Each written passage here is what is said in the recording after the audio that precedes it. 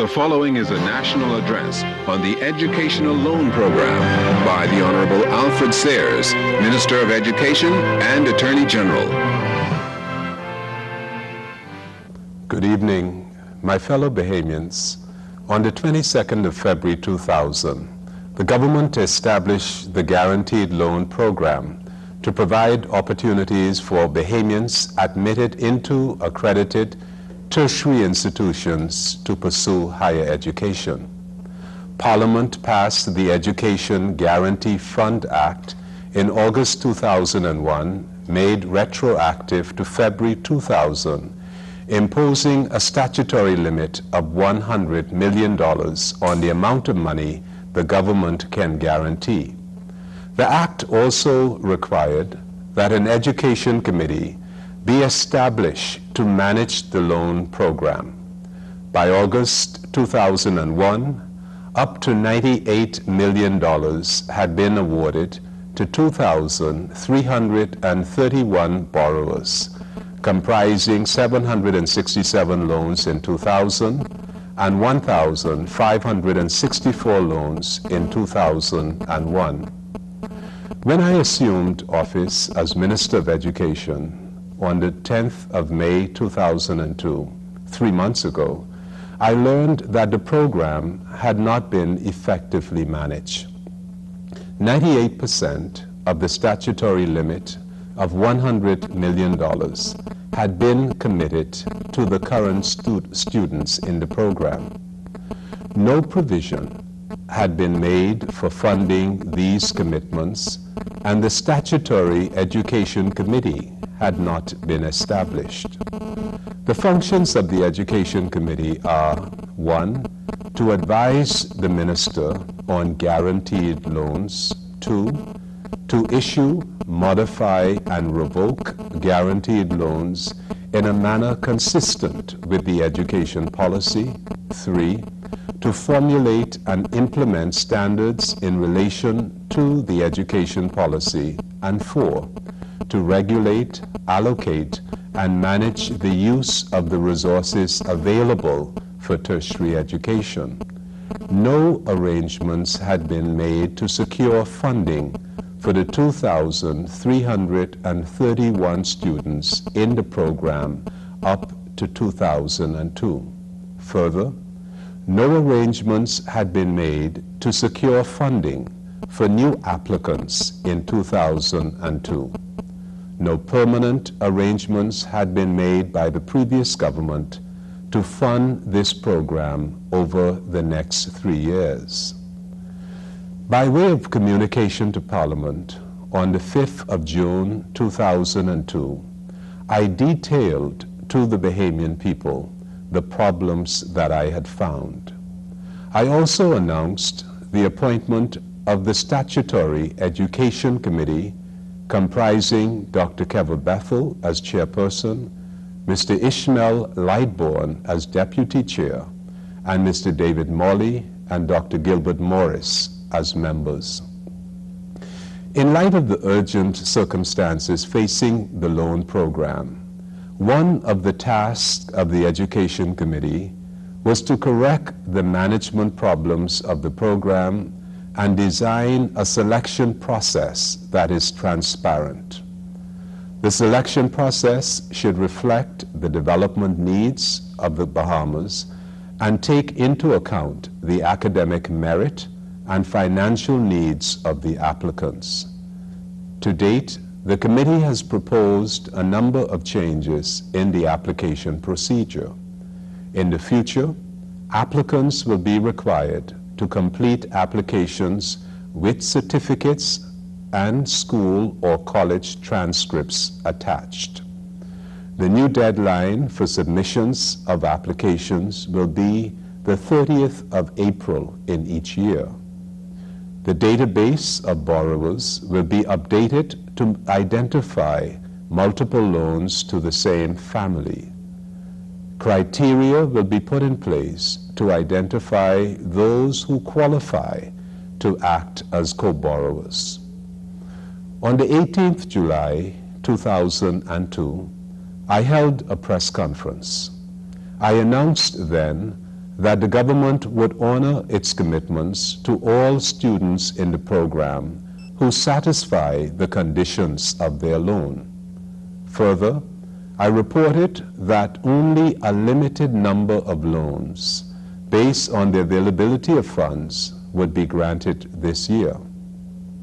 I also reported that priority would be given to the national occupational needs in areas such as natural sciences, marine sciences, agribusiness, engineering, information systems development, environmental sciences, and special education. To ensure that funding is in place so that the current recipients could continue in school, the government borrowed as an interim measure $15 million from a group of local banks. The delay in disbursing the funds was, in part, due to the negotiation and execution of this standby loan facility. To provide permanent funding of the program, the government will present to Parliament the Education Loan Authority Bill. This legislation will empower the authority to raise funds through the issue of bonds to support the Guarantee Loan Program. As a condition of all loans given under the program is that the current recipients attend school full-time and maintain a grade point average of 2.5. In addition, this condition must be evidenced by the provision of an official transcript. As of the published deadline of August 2nd, 601 recipients had submitted official transcripts and 1,732 recipients had not submitted official transcripts for academic years 2000 and 2001. The Education Committee has decided that only those students who have submitted official transcripts will receive further loans in 2002. A final deadline of September 6 has been established for students in the program who missed the August 2nd date to submit their official transcripts. I hereby issue a final warning to recipients to provide official transcripts by September 6, or your loan may be subject to revocation. In spite of the problems encountered in the administration of the loan program, the government remains committed to affording Bahamians opportunities to pursue tertiary education.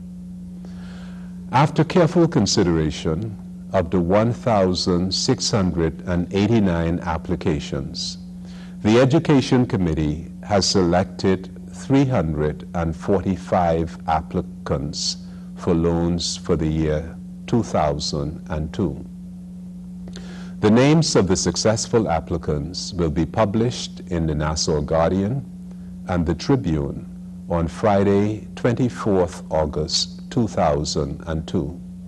Of the 345 successful applicants, 92 will attend the College of the Bahamas, 31 will attend other local tertiary institutions, 14 will attend the University of the West Indies, and 208 will attend foreign universities. In making the selections, the Education Committee gave priority to applicants intending to attend the College of the Bahamas, the University of the West Indies, and local tertiary institutions.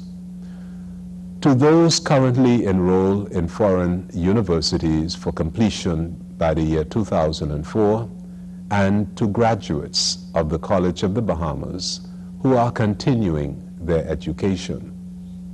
In an effort to assist those applicants to whom the Education Committee could not award loans this year, the government has made arrangements with the College of the Bahamas to admit those applicants who wish to matriculate at the College of the Bahamas to earn college credits or pursue remedial courses.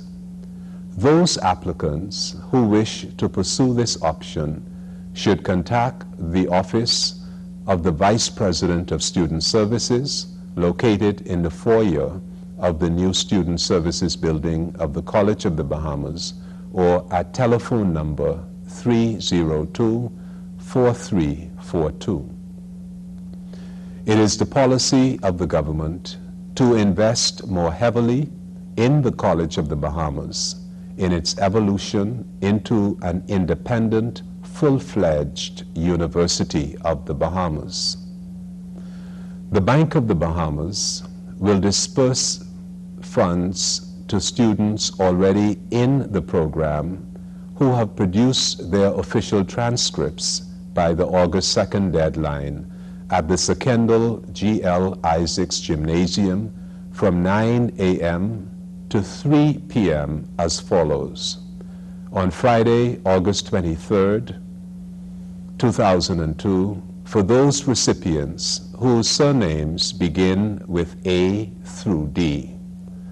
On Monday, August 26, 2002, for those recipients whose surnames begin with E through M. And on Tuesday, August 27th, 2002, for those recipients whose surnames begin with N through Z. Disbursements to 2002 new loan recipients will take place at the Secondal G.L. Isaacs Gymnasium from 9 a.m. to 3 p.m. as follows. On Thursday, August 29th, 2002, for those recipients whose surnames begin with A through L.